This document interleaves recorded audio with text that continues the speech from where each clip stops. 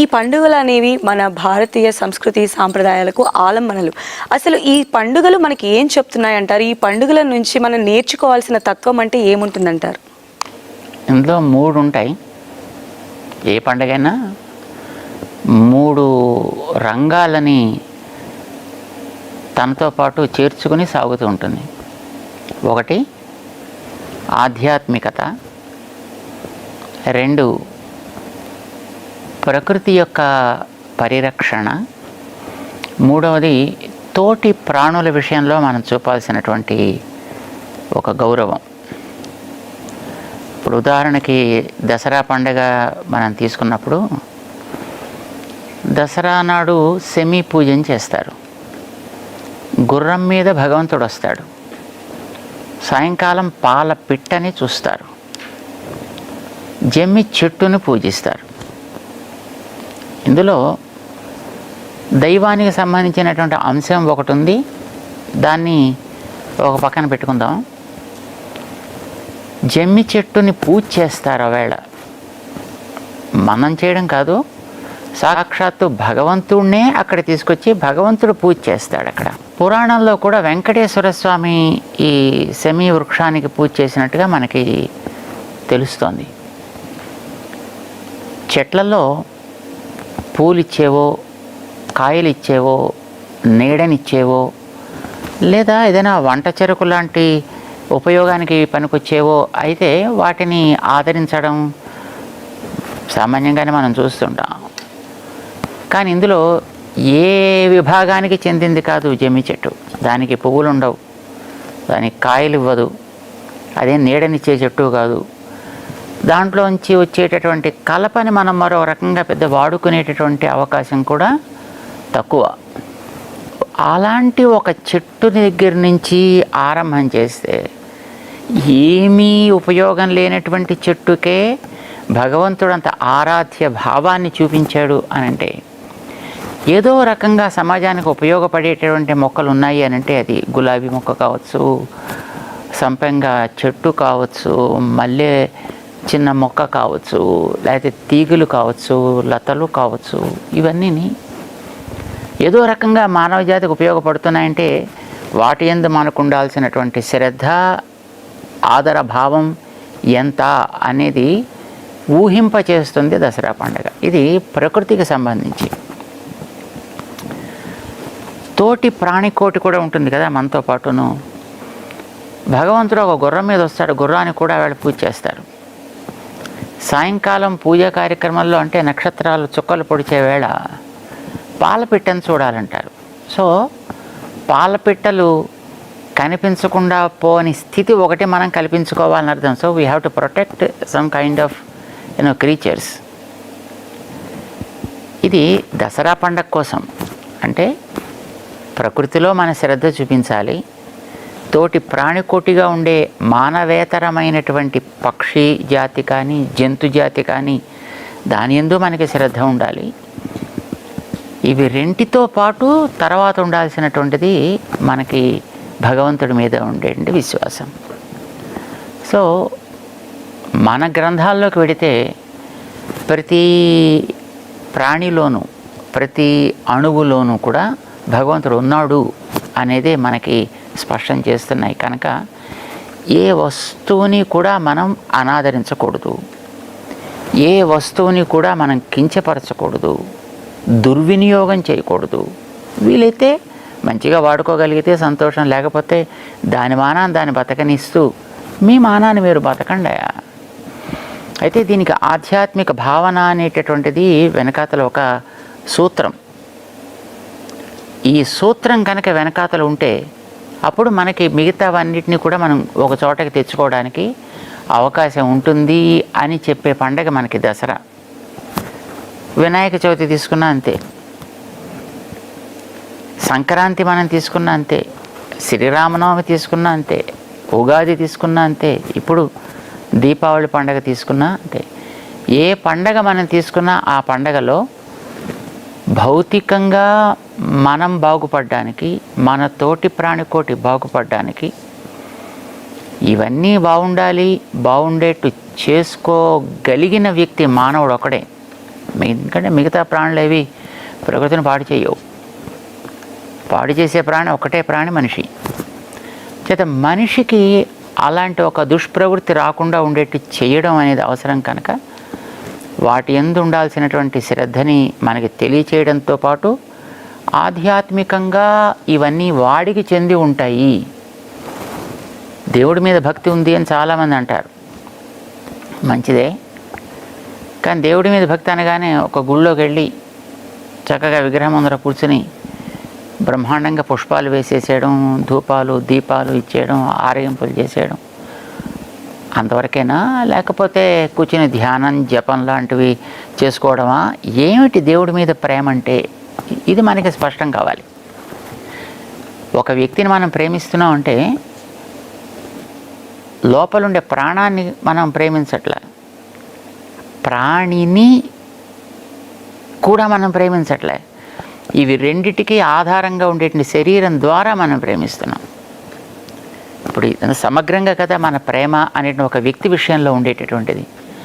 So also భగవంతుడిని మనం ప్రేమిస్తున్నాం అని అనుకున్నప్పుడు ఈ ప్రపంచం అంతా భగవంతుడికి శరీరం. ఈ ప్రపంచంలో ఉండే ప్రతి ప్రాణికోటి భగవంతుడికి శరీరమే. ప్రకృతిలో ఉండేటువంటి ప్రతి శక్తి భగవంతుడి యొక్క దేహంలో ఒక భాగమే. ప్రకృతిలో ఉండే శక్తులకే దేవతలు అని పేరు పెట్టారు. ఈ దేవతలన్నీ ఆయన అంగాలు అని చెప్తోంది వేదం. అంగాలని మనం ద్వేషిస్తాం, కానీ అంగిని ప్రేమిస్తామంటే అది అర్ధరహితం అవుతుంది కదా. ఏమంటే నాకు మీ తల బాగుందండి కనుక తల అట్టే పెడతా, మిగతా బాడీ అంతా తీసేస్తాను అన్నాడు అనుకోండి ఎవడైనా. సో అది హాస్యాస్పదంగా ఉంటుంది అది. సో ఒక వ్యక్తి యందు ప్రేమ అనేది సమగ్రంగా ఉంటుంది ఎప్పుడు. భగవంతుడి మీద నాకు ప్రేమ ఉంది అని ఎవడైనా అనుకున్నప్పుడు నేను ఈ ప్రకృతిని కేర్ చేయను, ప్రాణికోటిని కేర్ చేయను, దేవుణ్ణి మాత్రమే నేను ఉపాసిస్తా విశ్వసిస్తా అనడం కూడా అలాంటి అర్ధరహితమైనటువంటి స్టేట్మెంటే అవుతుంది అది. అంచేత దేవుడి మీద ప్రేమ అనేది ఇన్నిట్లోనూ ఉండాలి అని మనకి చెప్పేవే మన పండగలన్నీ కూడా. మీరు ఏ పండగ తీసుకోండి లేదా ఏ దేవతని తీసుకోండి, మీరు ఒక్కొక్క దేవతతోటి ఒక జంతువు ఉంటుంది, ఒక పక్షి ఉంటుంది, ఒక చెట్టు ఉంటుంది, ఓ అందమైన పిండి వంట ఉంటుంది. పిండి వంట మనకి, చెట్లు పక్షులు జంతువులు అనేటటువంటిది మన చుట్టూ ఉండేటువంటి ప్రకృతిని పరిరక్షణ చేసుకోవడం కోసం. అలా ఉన్నప్పుడే నువ్వు జీవితాన్ని సుఖంగా సాగించగలుగుతావు. అదే నిజమైన పండగ అవుతుంది. అలానే స్వామి, ఇప్పుడు మీరు చెప్పిన ప్రకారం మనకి పండుగలు ఇంత ధర్మబోధ చేస్తున్నా, మన ధర్మశాసనాలు అవపోసన పడుతున్నప్పటికీ కూడా వాటిని ఆచరించేటువంటి విధానంలో పెను మార్పులు మనం చూస్తూ ఉన్నాం ఈ మధ్య కాలంలో కూడా. వాటిపైన మీ స్పందన ఏంటండి? మార్పులు వ్యక్తుల యొక్క ఆలోచనను బట్టి తప్పకుండా వస్తుంటాయి. చేసే పద్ధతుల్లో మార్పులు వస్తుంటాయి. గణపతి నవరాత్రులు తీసుకోండి. మా చిన్నప్పుడు గణపతి నవరాత్రులు చేసేవారు, ఇప్పుడు గణపతి నవరాత్రులు చేస్తున్నారు. మా చిన్నప్పుడు మోస్ట్లీ అది చిన్నపిల్లల కోసం పండగలాగే ఉండేది. దాంట్లో పెద్దవాళ్ళ ఇన్వాల్వ్మెంట్ చాలా తక్కువగా ఉంటూ ఉండేది. ఈ చిన్నపిల్లలకి గణపతిని తెచ్చుకోవడం కోసం ఇంత మట్టి ముద్ద పెట్టుకుని ఆ ఊళ్ళో ఒక చోట కూర్చుని ఉండేవాడు. మంచి ఈ నల్ల రేగడి మట్టిని బాగా కలిపి ముద్దకిని చేసి పెట్టుకునేవాడు. చేతిలో ఒక అచ్చు ఉండేది, ఒక డై. మాకు చిన్న గణపతి కావాలి అని అనగానే ఆ నూనె తీసుకుని ఆ లోపలంతా రాసేసి దాంట్లో మట్టి ముద్ద వేసి ఇలా చక్క చేసి ఒక అరిటాకు లాంటి దాంట్లో లేకపోతే మరొక ఆకు, ఏ ఆకు దొరికితే ఆకులో వేసేసి ఇచ్చేసేవాడు. దానికి ఒక పావలో ₹1.50 తీసుకునేవాడు. 3 రోజులు 5 రోజులు 9 రోజులు వాళ్ళ ఓపికని బట్టి తీసుకెళ్ళిన కుర్రాళ్ళు పూజ చేసుకునేవాళ్ళు. తీసుకువెళ్ళి దాని తర్వాత ఎక్కడ ఒక జలాశయంలో నిమజ్జనం చేస్తుండేవారు. వాళ్ళ ఇంట్లో ఉండే నూతిలోనో లేకపోతే ఊరిలో ఉండే చెరువులోనో కాలువలోనో నది ఉంటే నదిలోనో ఎక్కడో చోట నిమజ్జనం జరిగేది. చాలా ప్రాకృతికమైనటువంటి క్రమంలో జరుగుతుండేది, అంటే ప్రకృతికి దగ్గరగా. అవసరాలు పెరిగాయి, వ్యక్తుల్లో ఉండేటటువంటి డాంబిక ప్రవృత్తి పెరిగింది, చూపించుకోవాలనే ఒక ఆశ కలిగింది. వాడికంటే నేను గొప్ప చేయాలి, నేనికంటే వాడు ఇంకా గొప్ప చేయాలి, దానికంటే ఇంకా వాడు గొప్ప చేయాలి. దాంతో వినాయకుల సైజు పెరిగింది. సైజు పెరిగేటప్పటికి ఈ మట్టితో చేసినవి ఆగకపోవడంతో దాంతో పిఓపిలోకి వెళ్ళారు. మళ్ళీ నిమజ్జనం ప్రాసెస్ వచ్చేటప్పటికి అది ఎక్కడో జలాశయంలో కలపాల్సి వచ్చేటప్పటికి నీళ్ళన్నీ కూడా కలుషితం అయిపోయి విషపూరితం అయిపోయేటటువంటి స్థితిలోకి తీసుకొచ్చారు. సో మార్పులు రావడం అనేది మంచిదే, కానీ మార్పు ఆరోగ్యకరమైన మార్పు అయితే మనం దాన్ని ఎంకరేజ్ చేస్తాం.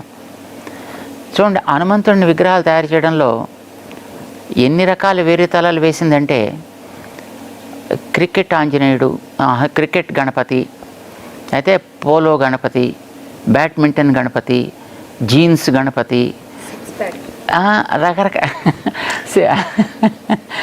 6 ప్యాక్ గణపతి, లేకపోతే ఆదిశేషుడు పడుకున్న గణపతి. రాజకీయ నాయకులు కూడా వాళ్ళ చేతిలో గణపతి పెట్టుకొని. సో ఇది వెర్రితలలు వేయడం అంటాం దీన్ని. So what we call it is false growth అంటాం అన్నమాట. ఇప్పుడు growth is always good, but if it becomes false growth then it's really dangerous to the body. So also భక్తి అనేటటువంటి ఒక దేహం అని అనుకుంటే అది మంచి పద్ధతిలో పెరిగిందని అనుకోండి, డెఫినెట్లీ దాన్ని అందరూ ఎంకరేజ్ చేయాల్సిందే. కానీ ఇలాగా మన బ్రతుకుకి ఆధారమైనటువంటి నీళ్ళని విషపూరితం చేసే రీతిలో ఈ మూర్తుల్ని తయారు చేసే పద్ధతి వచ్చిందనుకోండి, ఏదో రకంగా నిలువరించవలసినటువంటి అవసరం ఉంటుంది, నిలువరింప చేయాల్సిన బాధ్యత కూడా ఆయా అధికారులకి ఉంటుందన్నమాట. అయితే ప్రమాదం ఎక్కడొస్తుందంటే, ఇలాంటిదేదైనా చేసేటప్పుడు దాన్ని నిలువరింప చేయాలి అని అనుకున్నారనుకోండి, ఏమంటే మీరు మతం మీదకి అడ్డు చెప్తున్నారా అనే స్థితిలోకి వస్తుంది. మతం మీదకి అడ్డు కాదనే విషయం స్పష్టం చేయగలిగేటటువంటి ఆ నిజాయితీ నాయకుల్లో ఉండాలి. అంటే వాళ్ళు అందరి విషయంలోనూ కూడా ఆ రకమైనటువంటి సమానత కలిగి ఉన్నప్పుడు మనకి ఇష్యూస్ రావు. లేకపోతే వీళ్ళని మాత్రం ఎందుకు నిలువరించాలి అంటే వీళ్ళకి ముందర ఒక కోడ్ ఆఫ్ కాండక్ట్ మీరు ప్రొవైడ్ చేయాల్సి వస్తుంది. ఇలాంటి ద్రవ్యంతో మీరు మూర్తులు తయారు చేసుకోండి, ఈ సైజులో మూర్తులను తయారు చేసుకోండి, ఈ పద్ధతిలో దీన్ని వినియోగించండి అని కొన్ని నామ్స్ని వాళ్ళు ఇచ్చి, ఈ నామ్స్ని కేవలం కొందరికి మాత్రమే కాకుండా అన్ని మతాల వాళ్ళకి కూడా ఆ రకమైన నామ్స్ని ప్రొవైడ్ చేసి వాళ్ళని బయటికి చేసుకోమన్నారనుకోండి, definitely things which will help people to promote their own faith, they can be given. వాటికి ఏం పెద్ద అబ్జెక్షన్ ఉండాల్సిన అవసరం లేదు. కానీ అది ఏకపక్షంగా వెళ్ళకూడదు అనేటటువంటిది ప్రధానం. ఆరోగ్యకరంగా ఉండాలి అనేటటువంటిది ప్రధానం అన్నమాట. ఏ పండగకైనా ఈ విధమైనటువంటి పద్ధతిని అవలంబించడం అనేది మన బాధ్యత. ప్రొఫెసర్ కె నాగేశ్వర్ గారు, మీరేమంటారు దీనికి సంబంధించి? అంటే స్వామీజీ గారు చాలా గొప్ప విషయం చెప్పారు. నిజంగా మాలాంటి వాళ్ళు చెప్తే వినరు స్వామీజీ, మీరు చెప్పాలి. ఎందుకంటే మన పండుగలకు ఉన్న ప్రత్యేకతే కాదు, హిందూ ధర్మంలో ఉన్న ఒక ప్రత్యేకత ఏంటంటే ప్రకృతిని దైవంగా కొలిసినటువంటి మతం ఇది ఒకటే అనుకుంటాను. ఇతర మతాల గురించి నాకు ఎక్కువ తెలియదు. కానీ ఎందుకంటే మీరు గమనించండి, మన ధర్మంలో గంగా నది దేవత, చెట్టు దేవత, ఆరోగ్యానికి ఓ దేవత, గాలికి పంచభూతాలకు ఓ దేవత, భూమి ఒక దేవత, గాలి దేవుడు, వర్షము దేవుడు. మీకు ఎక్కడ ఏ మతంలో కూడా ఉండొచ్చు ఇంత గొప్పగా. మీకు ఇందులో ప్రతి ఒక్కటి దేవుడు అని చెప్పడంలో ఉద్దేశం ఏంటి? కనీసం దైవం అని చెప్పినప్పుడన్నా కలుషితం చేయవేమో. మనిషి తన సొంత జీవితాన్ని ఎంత కలుషితం చేసినా భగవంతుని స్వరూపాన్ని కలుషితం చేయాలని ఏ మానవుడు కోరుకోడు. అందువల్ల గాలి కలుషితం కాకూడదు, నది కలుషితం కాకూడదు, ఇష్టారాజ్యంగా విచక్షణారహితంగా చెట్లు నరకకూడదు, భూమిని నాశనం చేయకూడదు. ఇది ఒక గొప్ప శాస్త్రీయ సందేశాన్ని పండుగ రూపంలో చెప్పారు. పండుగ అనేది ఒక మాధ్యమం, దాని వెనకాలన్న సందేశం. ఇప్పుడు మనం జీపీఎస్ పెట్టుకొని ఒక దగ్గరికి వెళ్తుంటాం, కానీ మనం ఎక్కడికి వెళ్ళాలో జీపీఎస్ నిర్ణయిస్తే అంతకన్నా వివేకం ఇంకోటి ఉండదు. మనము వెళ్ళాలన్నది మనం నిర్ణయించుకోవాలి. ఆ వెళ్ళటానికి మార్గం జీపీఎస్ చూపెడుతుంది. కానీ జీపీఎస్ని అడిగామనుకోండి, వెడి చూపెడుతున్నాడు పోతా అంటే మనిషి ఎక్కడికి పోతాడు? అంటే మనిషి ఎక్కడికి వచ్చాడంటే, ఇప్పుడు ఉదాహరణకు పండుగ రోజు మామిడి ఆకులు కట్టుకుంటాం. ఎందుకు? పండుగకు చాలామంది వస్తారు ఇంటికి. సో కాలుష్యం కాకుండా ఒక స్వచ్ఛమైన గాలి పీల్చడానికి మన పూర్వీకులు మనకిచ్చిన సాంప్రదాయం. మనం ఏం చేస్తున్నాం? ఆకుపచ్చ ప్లాస్టిక్ ఆకులు కట్టుకుంటున్నాం. సో ఎందుకంటే ఈ ఆకులు ఎండిపోతాయి, కిందంతా చెత్త పడుతుంది, అదైతే 10 కాలాల పాటు పచ్చగా ఉంటుందని. కానీ పచ్చదనం యొక్క అర్థమే కోల్పోయాం. పసుపు ఎందుకు కాళ్ళకు రాసుకుంటారు, ఎందుకు గడపలకు రాస్తారు? పసుపు క్రిమికీటకాలను చంపే గొప్ప ఔషధ గుణాలున్న పదార్థం. సో ఆ పదార్థం రాస్తారు. మనం ఏం చేస్తున్నాం, దానికి ఎల్లో పెయింట్ కొట్టేస్తున్నాం. ఎవరు చెప్పాడు మీకు ఈ కాలుష్యం చేయమని? పండుగ చెప్పిందా, ధర్మం చెప్పిందా, శాస్త్రం చెప్పిందా? సో ఎవరు చెప్పలేదు. కానీ మనిషి తనలో ఉండేటువంటి అనేక లోపాలను తన మతంలోకి, ధర్మంలోకి కూడా పట్టుకొచ్చాడు.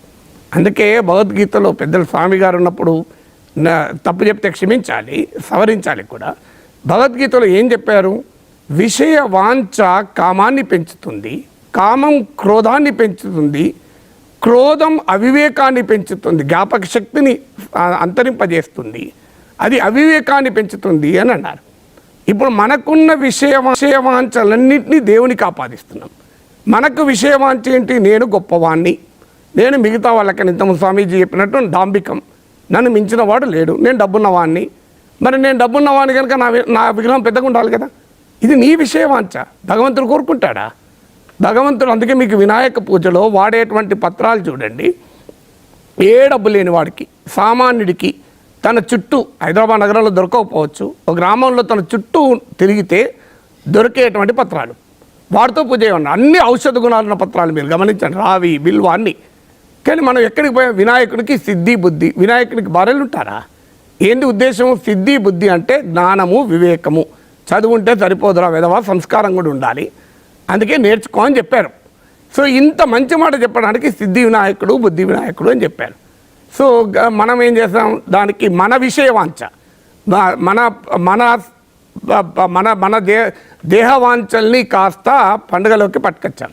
అందువల్ల ఇది మనిషిలో జరిగినటువంటి అవివేకానికి పరాకాష్ట.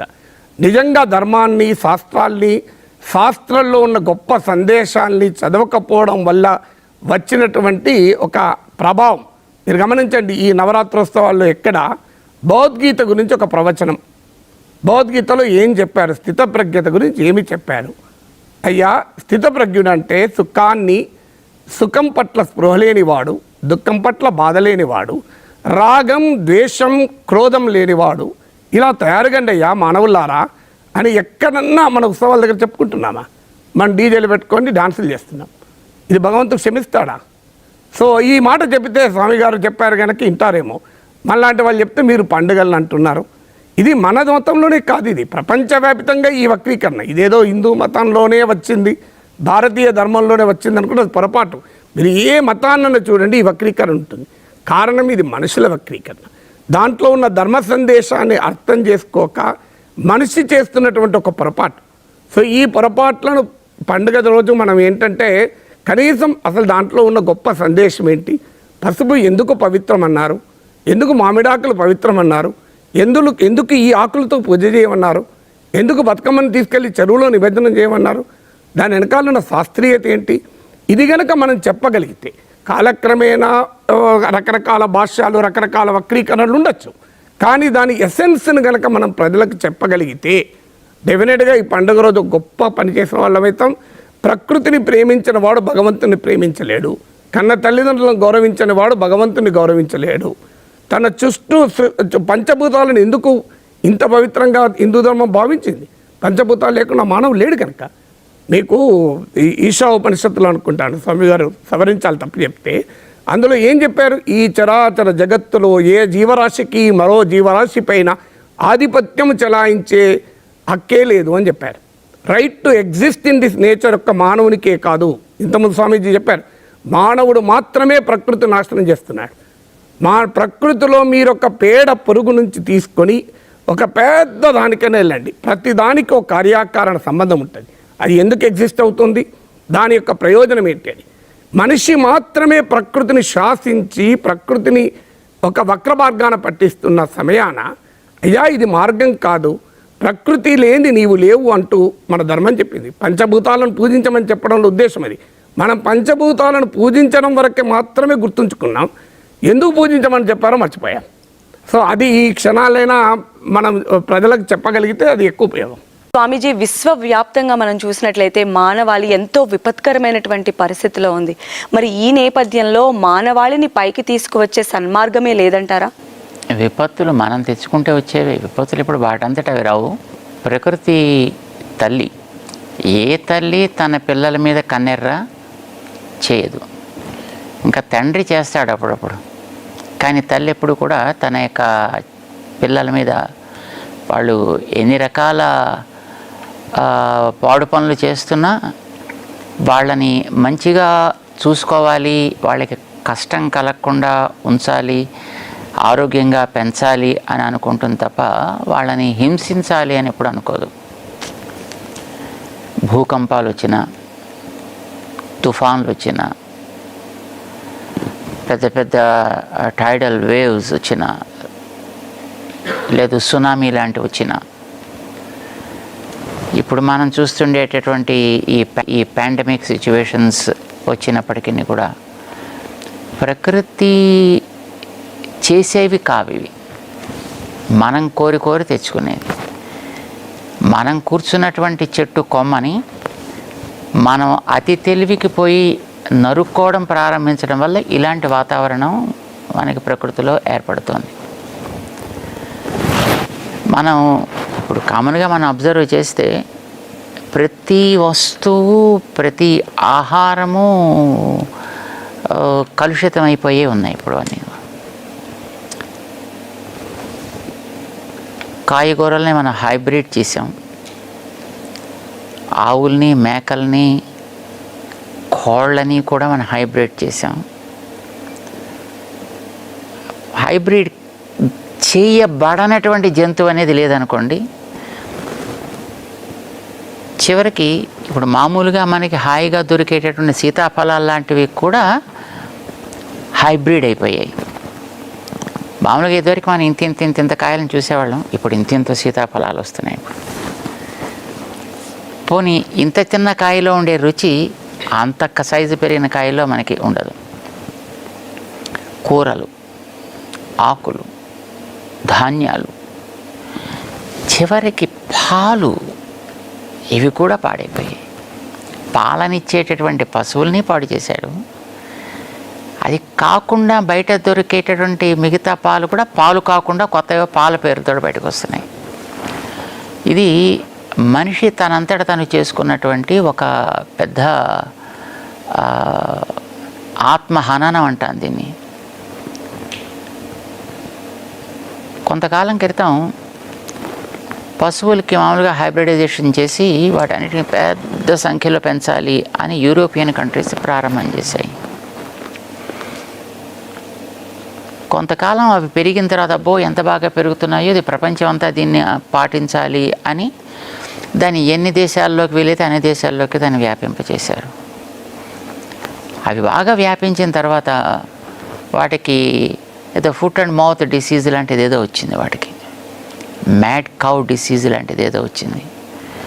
ఇది చాలా ప్రమాదం అని ఏ ప్రాంతాల్లో వీటిని పుట్టించారో ఆ ప్రాంతాల్లోనే లక్షల సంఖ్యలో వాటిని నిర్దయగా మొత్తం అన్నిటిని సంహరించి పారేశారు.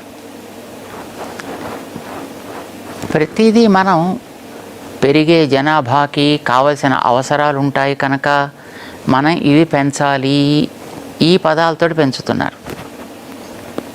కానీ నిజానికి ప్రకృతి మనిషికి ఎంత అవసరమో అంతవరకు ఇస్తూనే ఉంది.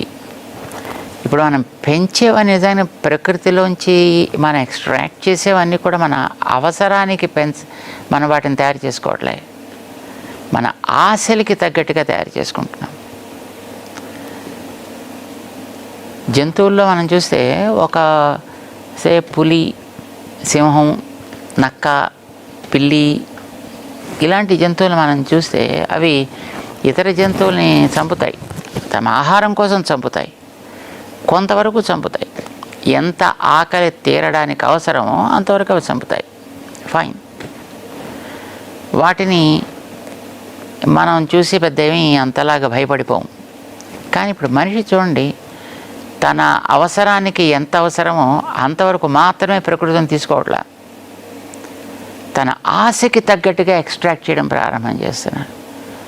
సో లక్షల జంతువుల్ని చంపేస్తున్నాడు, లక్షల పశువుల్ని చంపేస్తున్నాడు, లక్షల పక్షుల్ని చంపేస్తున్నాడు, లక్షల చేపల్ని ఇవన్నీ తినడం కోసం కాదు, ఇది వ్యాపారం కోసం. పోనీ అది చేసే వ్యాపారమైన అప్రాప్రియేట్గా చేస్తే మనకి సంతోషం. అప్రాప్రియేషన్ మీన్స్ ఆకలి కొన్న వాళ్ళందరికీ అందించగలగడం. ఇప్పుడు ప్రపంచంలో ఆకలి కొన్న జాతి చాలా ఉంది.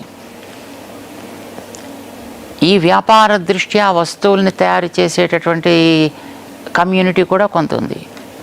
కానీ ఇది వీళ్ళకి బిజినెస్ చేసుకొని మిగతాది పోనీ అట్లాంటి నీడెడ్ కమ్యూనిటీకి ఇవ్వగలిగితే ప్రపంచం అంతా నిజంగా సుఖంగా ఉండేది. కానీ అలా ఇవ్వట్లా, వాళ్ళని అట్లాగే బాధపడనిస్తున్నారు. వాళ్ళని వీళ్ళు చేసుకోవాల్సిన బిజినెస్ వీళ్ళు చేస్తున్నారు. ఇక ఎక్స్ట్రా ఏమైనా ఉన్నట్టయితే అది ఎకానమీ బ్యాలెన్సింగ్ కోసం అని పేరు పెట్టి దీన్ని తీసుకెళ్ళి ఎందుకు పనికిరాని చెత్తలో పారేస్తున్నారు. వీట్ పండిస్తాయి కొన్ని దేశాలు, గోధుమలు. ఇప్పుడు తిండి కోసం గోధుమలు మనం అన్ని ప్రాంతాల్లో ఉండే వాళ్ళకి, అవసరాలు ఉండే వాళ్ళకి ఇవ్వచ్చు కదా. ఎక్కువగా పండితే దాన్ని తక్కువ ధర చేసి ఇవ్వచ్చు కదా. నో, అవసరమైనది ఇస్తున్నారు, మిగతా తీసుకువెళ్ళి ఓడలతోటి తీసుకెళ్ళి ఎక్కడో సముద్రంలో దాటిని పారవస్తున్నారు. ఇలాగ చాలా రకాల పదార్థాలు. సో మనిషి తన అవసరానికి మించి దాన్ని తయారు చేయాలి, తయారు చేసిన దాన్ని అందరికీ అందించడం మానేసి తన వ్యాపారానికి వాడుకోవాలి. ఈ రకంగా వస్తువులలో ఉండేటువంటి సారాన్ని, వాటిల్లో ఉండేటటువంటి యోగ్యతని, అంటే quality and also their quantity, ఇవి రెండు కూడా మిస్ప్రపోర్షనేట్గా వాటిని పెంచుకుంటూ పోవడం చేత ఆ వస్తువు పాడైపోయింది. వస్తువు ఎప్పుడైనా మనం ఒకదాన్ని పాడు చేసి అది ఒక్కటే పాడే ఊరుకోదు. ఇప్పుడు ఉదాహరణకి ఒక టమాటా అనుకుందాం. మనం టమాటాని మనం హైబ్రిడ్ చేసామనుకోండి, చేస్తే మీకు ఒక 10 కిలోలు ఇచ్చేటటువంటి చెట్టు మీకు 100 కిలోలు ఇస్తుంది. 10 కిలోల్లో ఉండేటువంటి శక్తి ఎంతో అది 100 కిలోల్లోకి స్ప్రెడ్ అవుతుంది. ఇది మనం గమనించాల్సిన అంశం. 100 కిలోలు వచ్చింది అంటే ఇందులో ఎంత కోర్ ఉంటుందో అదే కదా అంతటికి కూడా డిస్ట్రిబ్యూట్ కావాల్సింది. అయితే ఆ అన్ని మిగతా వచ్చే క్వాంటిటీ అంతా వీళ్ళు దాంట్లో వేసినటువంటి ఈ ఫెర్టిలైజర్స్ మిగతా ఏవేవైతే ఉంటాయో వీటితోటి పెరుగుతాయి తప్ప ఆ కోర్ ఎంత ఉండాలో దాంట్లో అంతే ఉంటుంది. ఇప్పుడు దీన్ని మీరేం చేస్తున్నారు, 1000 మందికి పంచుతున్నారు. ఇప్పుడు ఈ 1000 మందికి మీరు పంచినటువంటిది ఇదివరకు మామూలుగా పండింది పంచితే వాళ్ళకి ఒక్కొక్క ఎక్స్ అమౌంట్ ఆఫ్ ఆ ఫ్రూట్ వస్తుంది అని అనుకుందాం. ఇప్పుడు ఆ ప్లేస్లో మీరు పెంచినటువంటిది whatever you added with the power of the chemicals, దీన్ని మీరు ఇస్తున్నారు కనుక వాళ్ళల్లో కెమికలైజ్ చేస్తున్నారు వ్యక్తులని. ఇది చెట్టుకి మొట్టమొదటి ఆకులు ఉంటాయి, కొమ్మలు ఉంటాయి. ఈ ఆకుల్లోనూ కొమ్మల్లో ఉండే సారాన్ని తీసుకునేటటువంటి ఇన్సెక్ట్స్ కరప్ట్ అవుతాయి. ఆ ఇన్సెక్ట్స్ని తినేటటువంటి మిగతా ఇంకా కొన్ని పెద్ద పక్షులు లాంటివి ఉంటాయి, అవి కరప్ట్ అవుతాయి. పక్షుల్ని తినే జంతువులు ఉంటాయి, అవి కరప్ట్ అవుతాయి. వాటిని తినే మనిషి ఉన్నాడు మళ్ళీ, వీడు కరప్ట్. వీడు ఆ చెట్టు కాయ తింటాడు, దాన్ని కరప్ట్ అయిన జంతువుని తింటాడు. పాపం వీడికి విచక్షణ ఏమీ లేదు, నిష్పాక్షికుడు వీడు, పార్షియాలిటీ లేదు వీడికి. అంటే అది వీడికి 2 రకాలుగా కరప్షన్. వీడికి వాటికి ఒక రకంగానే కరప్షన్, బట్ వీడికి 2 రకాలుగానే వీడు కరప్ట్ అయిపోతున్నాడు. సో మనిషి తనకు ఉండాల్సినటువంటి సహజమైనటువంటి శక్తిని కోల్పోయాడు. What we call today as immunity. ఈ ఇమ్యూనిటీ కోల్పోవడం వల్ల కదా ఇప్పుడు రోగాలకి బానిసవుతున్నాడు. అది మీరు ఇప్పుడు కోవిడ్ బాగా పాండమిక్ అయిన తర్వాత చాలామందికి ఇప్పుడు ఇమ్యూనిటీ అనేది ఒకటి ఉందని తెలిసింది. ఇప్పుడు ఇంతకుముందు ఇమ్యూనిటీ గురించి పెద్దగా మాట్లాడుకునేవాళ్ళు కాదు, అదేమిటో తెలిసేది కాదు. ఇప్పుడు దాని మీద బ్రహ్మాండమైనటువంటి అవేర్నెస్ పెరిగింది. ఇమ్యూనిటీ బూస్టర్స్ బ్రహ్మాండంగా పడితే అవి కూడా మళ్ళీ కెమికల్గానే తయారవుతున్నాయి. సో ఇమ్యూనిటీ బూస్టర్స్ తయారవుతున్నాయి, వాటిని మళ్ళీ ఫీడ్ చేయడం ప్రారంభం చేశారు. అసలు నిజానికి ఇమ్యూనిటీ అనేది doesn't come from outer sources. It has to evolve from within. తనలోంచి పెరగాలి మనిషికి. కానీ తనలోంచి పెరగాలంటే తాను తీసుకునేటటువంటి ఆహారాలు, తనకుండేటువంటి వ్యవహారాలు, తన చుట్టూ ఉండేటువంటి పరిసరాలు, వీటిని తను మంచిగా తయారు చేసుకోగలిగితే అంతకంటే వీడు చేయాల్సిన పని ఏం లేదు. ప్రకృతికి నువ్వెంత దగ్గరగా ఉండగలిగితే, ప్రకృతిని నువ్వెంత పవిత్రంగా ఉంచగలిగితే, నీలో ఉండేటువంటి ఆ ఇమ్యూనిటీ అంత బాగా పెరిగితే, ఇప్పుడు ఒక స్థిరమైనటువంటి ఒక కవచం మన దగ్గర పెట్టుకున్నప్పుడు అవతలవాడు ఎన్ని బాణాలు వేసినా వీడు సుఖంగానే ఉంటాడు. మనం కూర్చున్నటువంటి గది స్థిరమైంది అయినప్పుడు బయట నుంచి ఎన్ని తుఫాన్లు వచ్చినా, ఎంత ఎండ వచ్చినా, ఎన్ని వానలు వచ్చినా, ఎన్ని గాలులు వీచినా, ఎన్ని దోమలో గీమలో ఉన్నప్పటికీ కూడా వీడు లోపల సేఫ్గానే ఉంటాడు. సో అట్లాగా మనం మంచిగా కనుక మనం తయారు కాగలిగితే నిజానికి మనకి బయట ఉండేటటువంటి కృత్రిమమైనటువంటి వాటి వల్ల మనం వీలైనంత వరకు మనం తగ్గించుకోగలుగుతాం, మనం కూడా హాయిగా ఉండగలుగుతాం. ఈ అవగాహన అదృష్టం కొద్దీ ఇప్పుడు ఉండేటువంటి యువతలో పెరుగుతోంది. అందుకోసమని ఐటీ చేసినటువంటి వాళ్ళంతా కూడా చక్కగా స్వదేశానికి వచ్చి మళ్ళీ ఏదో ఆర్గానిక్ ఫార్మింగ్ అని, న్యాచురల్ ఫార్మింగ్ అని, అలాగే ప్రాకృతిక వ్యవసాయం అని, ఇలాగ రకరకాల పేర్లతోటి పశువుల్ని కాపాడుకోవడం ప్రారంభం చేస్తున్నారు, ప్రకృతిని ప్రేమించడం ప్రారంభం చేస్తున్నారు. ఇది ఒక రకమైనటువంటి శుభ పరిణామం. ఇది కనుక మనకి పెరిగితే నిజానికి మనం ఏ బూస్టర్స్ దగ్గరికి మనం పోవక్కర్లేదు. కోవిడ్ లాంటివి, కోవిడ్ తాతగారు వచ్చినప్పటికీ కూడా మనం ఏం చేయదన్నమాట. అది నాగేశ్వర్ గారు, మీరు కూడా సమకాలీన పరిస్థితులను విశ్లేషిస్తూ ఉంటారు కాబట్టి మనిషిలో ఉండేటువంటి ఆ అత్యాశే మనిషి పతనానికి కూడా కారణమవుతుందని చెప్పి స్వామీజీ అంటూ ఉన్నారు కాబట్టి మీరేమంటారు దీనిపై? మనమే లేదు, ప్రకృతిని ప్రేమించమని బోధించాం. ఒక ఎలాంటి విషయవాంఛ లేకుండా, వస్తు వ్యామోహ సంస్కృతి లేకుండా జీవించమని చెప్పాను. So materialistic development, spiritual development మధ్య ఆ బ్యాలెన్స్ ఏంటి? సో మెటీరియలిస్టిక్ డెవలప్మెంట్ పేరిట ఇవాళ మన ఫియర్స్ స్పిరిచువలిజం అంటే చాలా గట్టిగా ఆధ్యాత్మికవాదులు అనుకునే వారు కూడా వ్యక్తిగత జీవితంలో కోట్లు సంపాదించడానికి తాపత్రయపడుతున్నారు. వ్యక్తిగత జీవితంలో కోట్లు సంపాదించడం వల్ల ఆధ్యాత్మిక మార్గం వైపు పరుగులు తీస్తున్నారు. అంటే మనిషిలో ఉండేటువంటి ఈ సంక్షోభం, దీనికి కారణం ఏంటంటే ధర్మశాస్త్రాల్లో ఉన్న సమగ్రతను, దాంట్లో ఉన్న ఎసెన్స్ను గ్రహించలేక మనిషి వేస్తున్న తప్పటడుగులు. వీటిని సవరించుకోగలిగితే డెఫినెట్గా ఈ ప్రపంచము బాగుపడుతుంది, మనిషి బాగుపడుతుంది. మనిషితో పాటు ఈ ప్రకృతి ప్రపంచంలో ఉన్న ప్రతి మనిషికి కావాల్సినంత ఇస్తుంది. ఎక్కడా కొరత లేదు ప్రకృతిలో. కొరతల్లా మనం సృష్టించుకున్న అసమానతల్లో ఉంది, మనం సృష్టించుకున్న అప్రాప్రియేషన్లో ఉంది. మనిషి తనలో ఇంతకుముందు కూడా చెప్పినట్లు తనలో ఉండేటువంటి లోపాలని ఆపాదించుకుంటున్నాడు. సో నిజమైన ధర్మశాస్త్రాలు చెప్పినటువంటి వాటిని ఆచరించగలిగితే, అందులో ఉన్న మంచిని స్వీకరించగలిగితే, ఇప్పుడు ఉపనిషత్తులు చెప్పాయి మంచి ఆలోచనలు అన్ని వైపుల నుంచి రానియండి అని. మనం చాలా జాగ్రత్తగా మంచి ఆలోచనలు కాకుండా చెడు ఆలోచనలు మాత్రం అన్ని వైపుల నుంచి రాణిస్తాం. ఇంకేదైనా అవకాశం ఉంటే ఇంకెక్కడ నుంచైనా చెడు వస్తుందా అని ఎదురు చూస్తూ ఉంటాం. ఇది ఎవరు చెప్పారు మనకు? మనం చేసుకున్నటువంటి పతనం. సో మన పతనానికి మనమే కారకులము, అందులో ఎలాంటి అనుమానము లేదు. ఇప్పుడు మతం ఏం చెప్పింది? కరుణ, దయ చెప్పింది. సో శ్రీకృష్ణ పరమాత్మ భగవద్గీతలో చెప్తాడు, విద్వేషం లేకుండా నిర్మలమైన హృదయముతో, కరుణతో, ప్రేమతో నన్ను ఎవరైతే సేవిస్తారో వారే నాకు అత్యంత ప్రీతిపాత్రులు అర్జున అని చెప్పాడు. ఎక్కడ నన్ను ద్వేషంతో పూజించమని చెప్పలే, ఎక్కడ విద్వేషంతో ఉండమని చెప్పలేదు. ఇంత స్పష్టంగా భగవంతుడు మనకు ఉపదేశిస్తే, ప్రవచిస్తే మనం ఏం చేస్తున్నాం? మతాన్ని క్రోధంగా మార్చుకున్నాం, మతాన్ని విద్వేషంగా మార్చుకున్నాం, మతం పేరిట విద్వేషాన్ని రగిలిస్తున్నాం. సో మనిషిలో ఉండేటువంటి ఈ లోపాలని కాస్త మనం బయటికి ప్రదర్శించుకుంటున్నాం. సో ఎవరు చెప్పారు? భగవంతుడిని సేవించడంలో నీకు ఏదీ లేకపోతే ఒక చిన్న పత్రంతోనైనా సేవించు, పూజించు అన్నారు. సో శంకరాచార్యుల వారు అంటారు, ఆత్మ మనిషి వ్యక్తి అయితే పరమాత్మ సమాజం. సో ఆత్మ పరమాత్మల కలయిక వ్యక్తి సమాజముల కలయిక.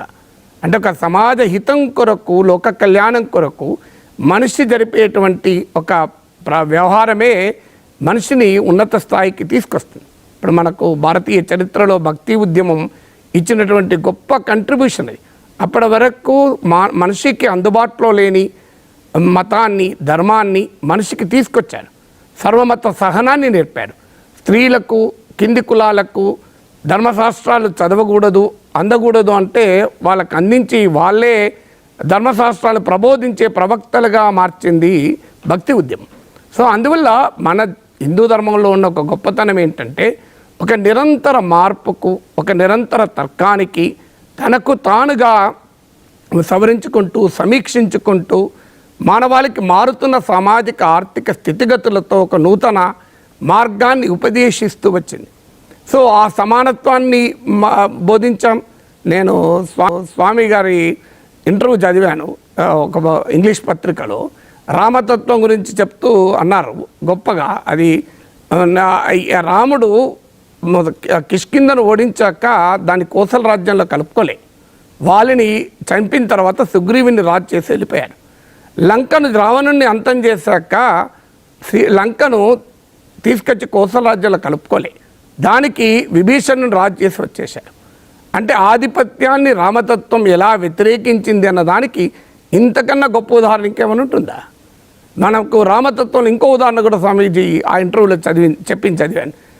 మనిషి అయోధ్యలో మానవులతో, కిష్కింధలో వానరులతో, అలాగే లంకలో రాక్షసులతో, ఇలా వైవిధ్యభరితమైన ఈ విశ్వాన్ని రామతత్వం గౌరవించింది. ముగ్గురిని సమానంగా గౌరవించారు. ఇది అసలు నిజంగా మన రామతత్వంలో నేర్చుకోవాల్సింది. రాముడు తండ్రికి ఇచ్చిన మాట కొరకు, ధర్మ సంస్థాపన కొరకు సింహాసనాన్ని వదిలేసి అడవులకు వెళ్తారు. ఇవాళ మనం సింహాసనం కొరకు దేవుణ్ణి ఉపయోగించుకునే రాజకీయాలను చూస్తున్నాం. దేవుని పేరిట చెప్పే రాజకీయ సంస్కృతిని చూస్తున్నాం. అందువల్ల ఈ తప్పల్లా మనది తప్ప ధర్మాన్ని తప్పు కాదు. ధర్మాన్ని అర్థం చేసుకోవడంలో మనం చేస్తున్న పొరపాట్ల తప్పు. మన పురాణాల ప్రకారం మాట్లాడుకున్నట్లయితే మన ఐడియల్ పర్సన్గా భావించేటువంటి శ్రీకృష్ణుడు కావచ్చు, శ్రీరాముడు కావచ్చు, ఇలాంటి ఆధిపత్య ధోరణుల గురించి ఏమైనా సందేశాలు ఇచ్చారా? ప్రకృతిలో రకరకాలైనటువంటి ఆధిపత్యపు పోరు జరుగుతున్న మాట వాస్తవం. మనిషికి కొన్ని రకాల బలహీనతలు ఉన్నాయి. అదృష్టం కొద్దీ భారతదేశంలో ఉండేటటువంటి వ్యక్తులకి అవి అలవడలేదు.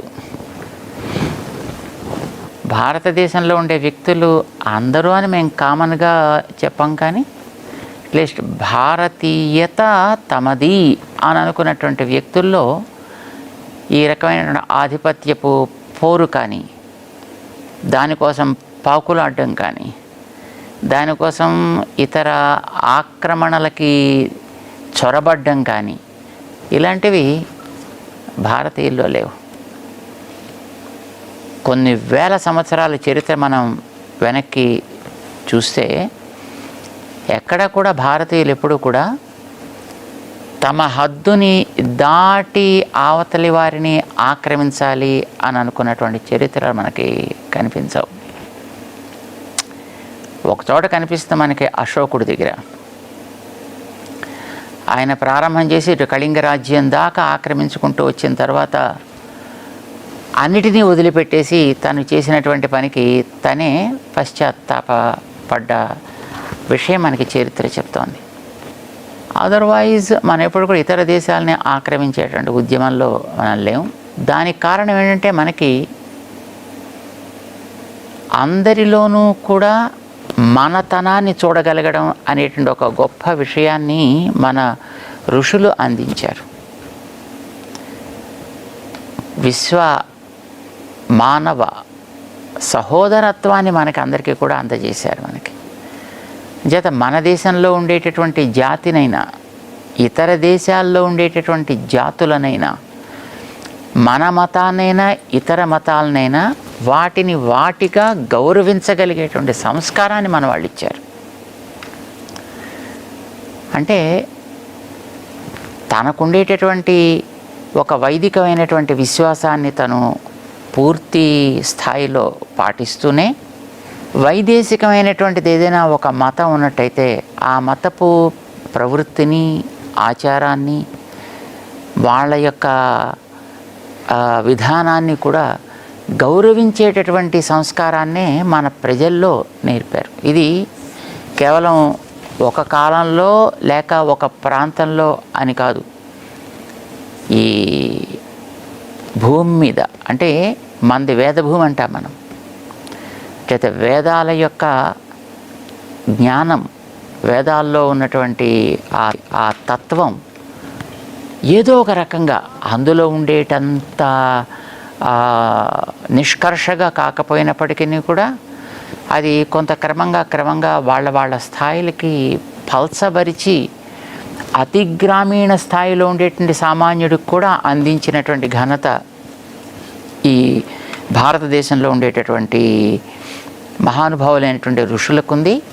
ఆ ఋషి పరంపరని మన దాకా తెచ్చినటువంటి ఒక అద్భుతమైనటువంటి అనుగ్రహం ఆచార్య పరంపరకు ఉంది. మన వాళ్ళు వేదాల్లో చెప్పిన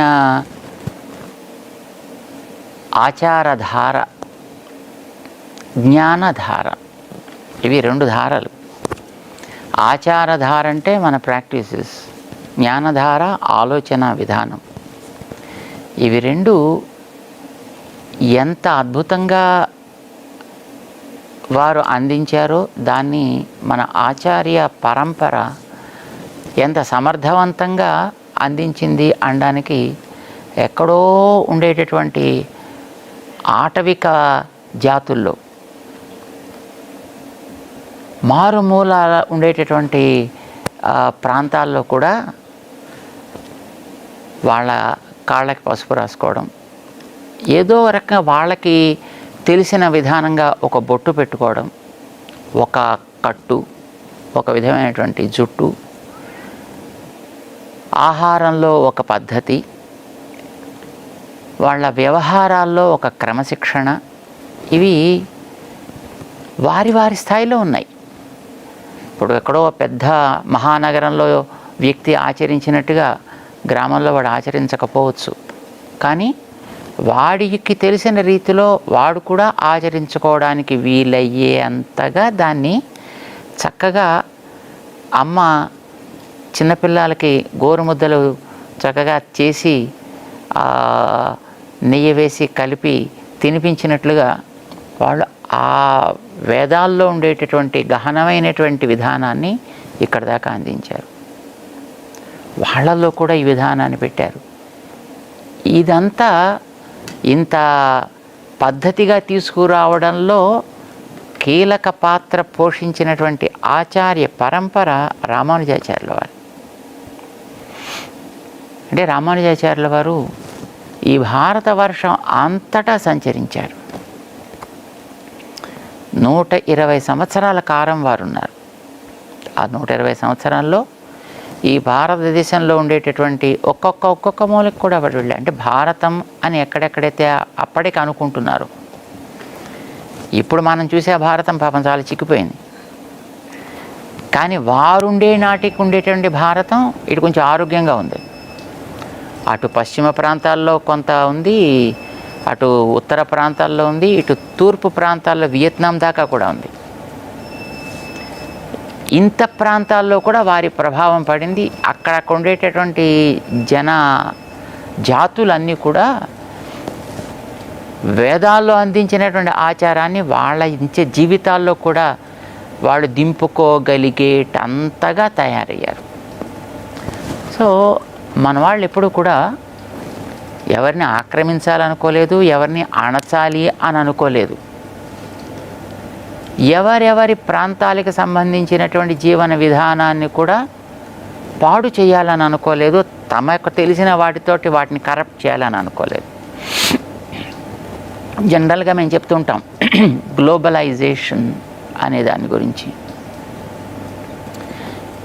ఈ గ్లోబలైజేషన్కి మొట్టమొదటి ప్రాణం పోసి ఆ పదాన్ని తీసుకొచ్చినటువంటి వాళ్ళు వేరే ఆంగ్ల భాష అభిమానులనాలా లేకపోతే భాషీయులనాలో ఏమనాలో మనకు తెలియదు, but they came from the British. ఎక్కడెక్కడ వాళ్ళు గ్లోబలైజేషన్ పేరుతోటి వ్యాపించారో అక్కడక్కడ ఉండేటటువంటి ప్రాంత ఆచారాల్ని, వాళ్ళకు ఉండేటటువంటి విధానాన్ని కూడా వాళ్ళు దాన్ని పూర్తిగా సమూలంగా నాశనం చేశారు. ఫర్ ఎగ్జాంపుల్, అమెరికాలో ఈవేళ మన అమెరికా అనుకునేటటువంటి ఆ భూభాగంలో స్థానికంగా ఉండేవాళ్ళు కొందరు ఉండేవాళ్ళు. వాళ్ళకు కొన్ని రకాల జీవన విధానాలు ఉండేవి. తర్వాత వాళ్ళకి రెడ్ ఇండియన్స్ అని పేరు పెట్టారు. వీళ్ళు ఆ ప్రాంతాన్ని ఆక్రమించిన తర్వాత వాళ్ళని పూర్తిగా నామరూపరహితంగా చేసి పారేశారు. ఆస్ట్రేలియాకి వెళ్ళారు. అక్కడ కూడా స్థానికంగా ఉండేవాళ్ళు ఎవరో కొందరు ఉండేవాళ్ళు. వాళ్ళకి కొన్ని రకాలైనటువంటి పద్ధతులు, జీవన విధానాలు ఉండేవి.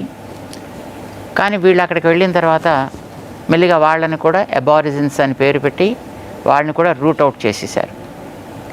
ఏ కొద్దిగా ఇంకా అలా అయిపోకుండా మిగిలి ఉంటే వాళ్ళు స్థానికులు కనుక, వాళ్ళు కనుక గట్టిగా నోరెత్తితే వాళ్ళకి ఆధిపత్యం ఇవ్వాల్సి వస్తుంది. కనుక వాళ్ళు నోరెత్తకుండా ఉండాలంటే వాళ్ళకి కొన్ని సౌకర్యాలు కలిగించి బుర్ర పని చేయకుండా చేయాలి. అంచేత శుభ్రంగా వాళ్ళకి త్రాగుళ్ళు లాంటివి అలవాటు చేసి వాళ్ళకి కొన్ని రకాలైనటువంటి రిజర్వేషన్స్ కల్పించి కొన్ని రకాలైనటువంటి ఆహార పదార్థాలు ఇచ్చి శుభ్రంగా వాటిల్లో వాళ్ళు మగ్నమై ఉండేటట్లుగా వాళ్ళు జీవితాన్ని అలాగే గడుపుతూ ఉండేట్టుగా తయారు చేశారు. వీళ్ళ పని వీళ్ళు చేసుకుంటున్నారు. దీనికి వాళ్ళు గ్లోబలైజేషన్ అని పేరు పెట్టారు. ఇందాక ఇప్పుడు మన నాగేశ్వర్ గారు చెప్పినట్టుగా మన గ్లోబలైజేషన్ పద్ధతి వేరు. మన గ్లోబలైజేషన్ అంటే నువ్వు ఒక అడవికి వెళ్ళినప్పుడు ఆ అడవిలో ఒక జాతి ఉంటే ఆ జాతికి ఉండేటటువంటి సహజత కోల్పోకుండా వాళ్ళకి ఇవ్వాల్సినటువంటి ఒక ఆధ్యాత్మికమైనటువంటి చింతనను ఇవ్వగలిగితే వాళ్ళ యొక్క సహజతని వాళ్ళు చక్కగా ఎవాల్వ్ చేసుకోగలుగుతారు. దాన్ని తుడిచిపెట్టేసి నీదిస్తే నువ్వు కొంతకాలం ప్రపంచంలో ఒక రకమైనటువంటి వికాసాన్ని చూచినటువంటి ఒక జాతిని నువ్వు నామరూపరహితం చేసిన ఘనకీర్తి తెచ్చుకోగలుగుతున్నావు అని అర్థం. భారతీయులు ఎప్పుడు కూడా ఆ రకమైనటువంటి వికాసానికి వినాశం కలిగించిన వాళ్ళు కారు. నాగేశ్వర్ గారు, మతం అనేది ఒక ఛాందసవాదం, పుక్కిట పురాణాలు అని చెప్పి విమర్శించేవారు చాలామంది ఉంటారు. అలాంటి వారి విమర్శలను మీరు ఏకీభవిస్తారా? అంటే సమస్య ఏంటంటే మన దేశంలో రెండు రకాల ఆలోచనదారులు. ఒకటేమో మతంలో ఉన్న ఛాందసవాదాన్ని మాత్రమే చెప్తూ ఇంతదాకా మనం మాట్లాడుకున్నాం, అందులో ఉన్న ఎసెన్స్ చెప్పకుండా దాన్ని అదే మతమని ప్రజల ముందు ఉంచడం ద్వారా ఈ తప్పుడు అభిప్రాయం ఉంటుంది. ఇంకోరేమో మన మతంలో అసలు ప్రగతిశీల భావాలే లేవు, ప్రగతిశీల భావాలన్నీ ఒక వెస్ట్రన్ థాట్స్, అదొక పాశ్చాత్య ఆలోచనలు అనేటువంటి ఒక తృణీకరణ భావంతో ఇండియన్ ఫిలాసఫికల్ థాట్ను తిరస్కరించే స్వభావం భారతీయ తాత్విక సాంప్రదాయాన్ని. ఈ రెండూ పొరపాటు. ఇప్పుడు మనకు నేను ఇంతకుముందు కూడా చెప్పాను, భక్తి ఉద్యమం చేసిన గొప్ప కంట్రిబ్యూషన్ ఏంటి? దేవుణ్ణి పూజించడం కూడా ఒక ఎంటైటిల్మెంట్. ఇప్పుడు మనం ఇవాళ భాషలో చెప్పాలంటే రైట్స్ ఎంటైటిల్మెంట్ అంటాం. పని చేయడం ఒక హక్కు, ఉపాధి హామీ చట్టం, సమాచారం ఒక హక్కు, విద్య ఒక హక్కు, ఆరోగ్యం ఒక హక్కు అంటున్నాం. భక్తి కూడా ఒక హక్కు, దైవాన్ని పూజించడం కూడా ఒక హక్కు అని నేర్పింది భక్తి ఉద్యమం. సో అది మీరు రామానుజాచార్యుల వారి నుంచి మొదలుకొని మన దగ్గర త్యాగరాయ లాంటి వారు, అన్నమయ్య లాంటి వారు, వీళ్ళందరూ ఏం చెప్పారు? సో ఈ దాంతోపాటు ఈ భూమిపైన అందరికీ హక్కులు ఉన్నాయని చెప్పారు. సో మీకు అన్నమాచార్య కీర్తనలో మెండైన బ్రాహ్మణుడు మెట్టు భూమి ఒక్కటే, చండాలుడు ఉండేటి సరిభూమి ఒక్కటే అని చెప్తారు. ఇంతకన్నా ఎక్కువ సమానత్వం ఇంకెందులో ఉంది? సో రైట్ ఈక్వాలిటీ కాదా ఇది? మీకు ఆదిశంకరుడు నదిలో స్నానం చేసి వస్తుంటే శివుడు చండాలుని రూపంలో ఎదురవుతాడని కథ చదివాను. సో పక్కకు జరుగు, నేను వస్తున్నాను అంటే అప్పుడు అడుగుతాడు ఆ చండాలుడు, నువ్వు ఎవరిని పక్కకు జరుగు అంటున్నావు? నాలో ఉన్న పరమాత్మ నాన్న అడుగుతాడు.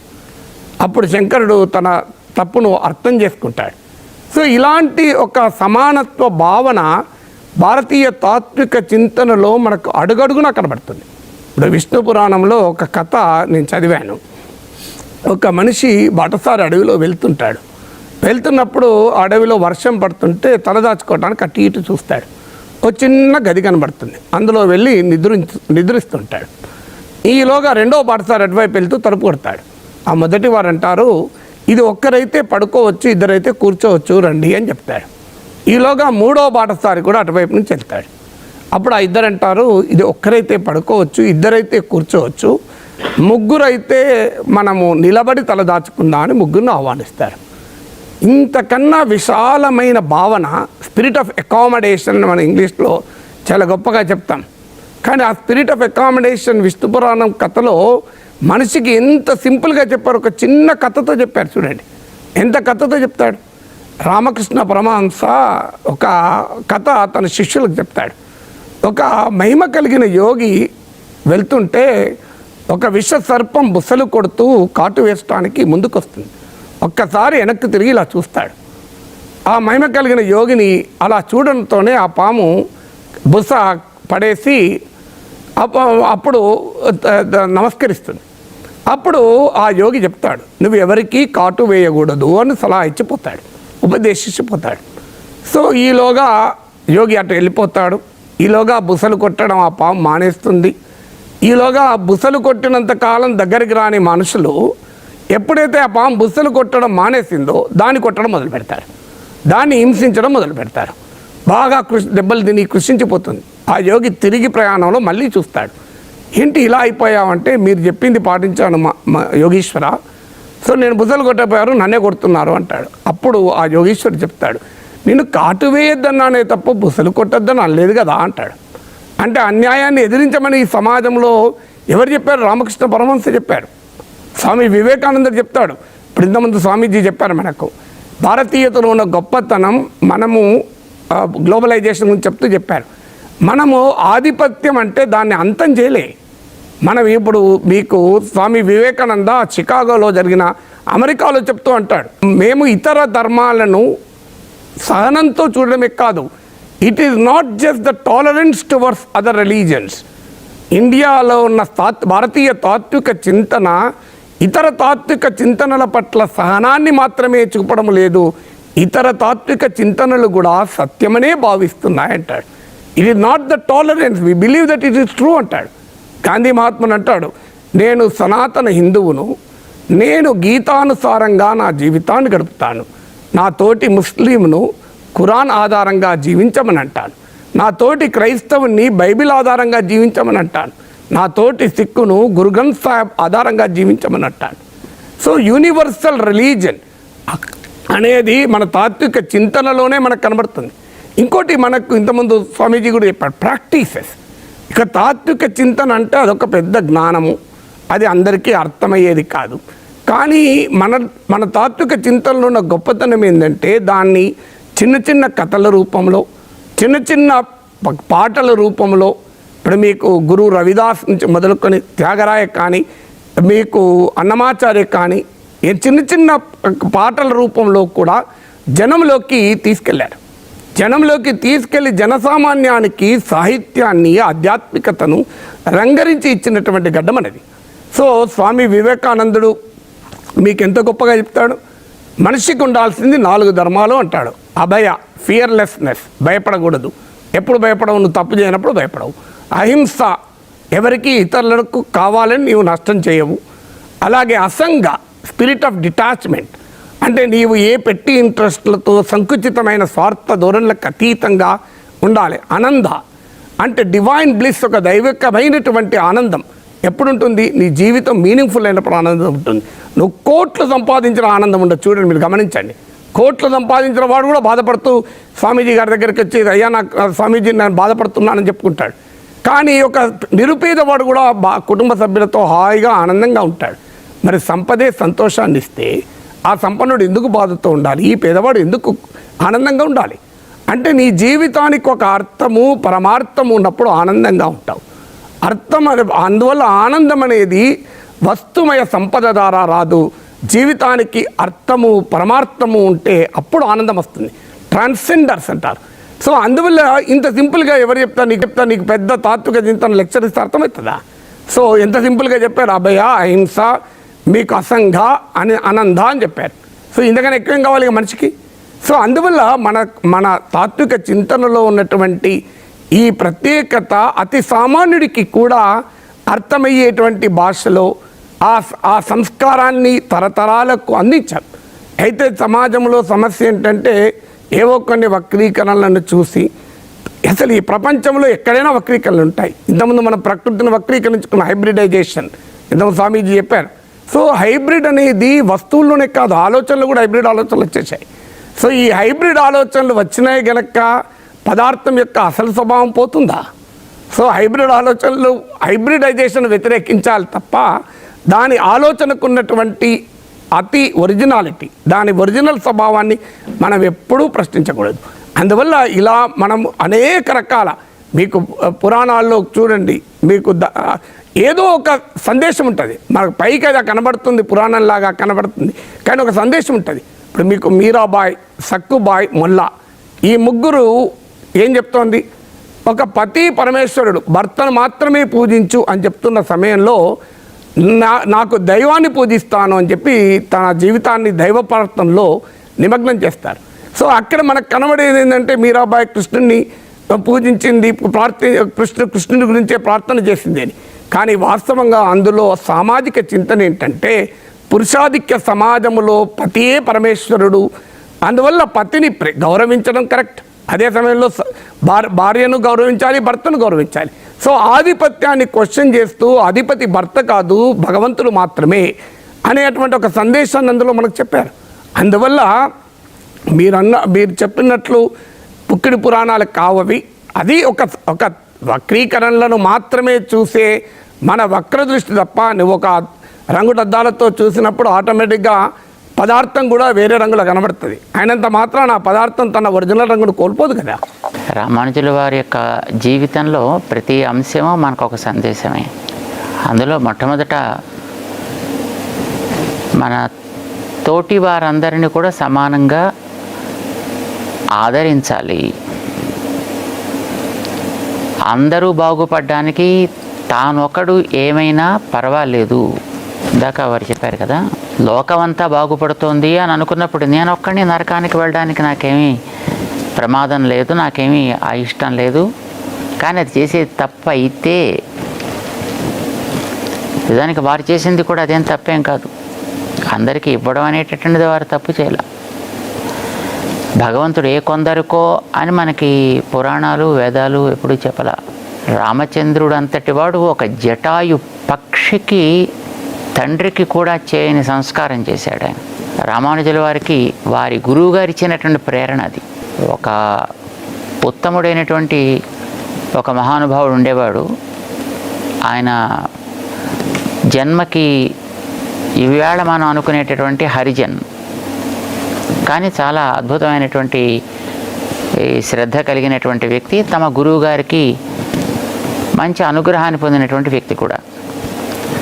అలాంటి ఆ వ్యక్తి చనిపోయేటప్పుడు రామానుజుల వారికి గురువు గారిగా మహాపూర్ణులను ఆయన ఉండేవారు. రామానుజుల వారిని మంచి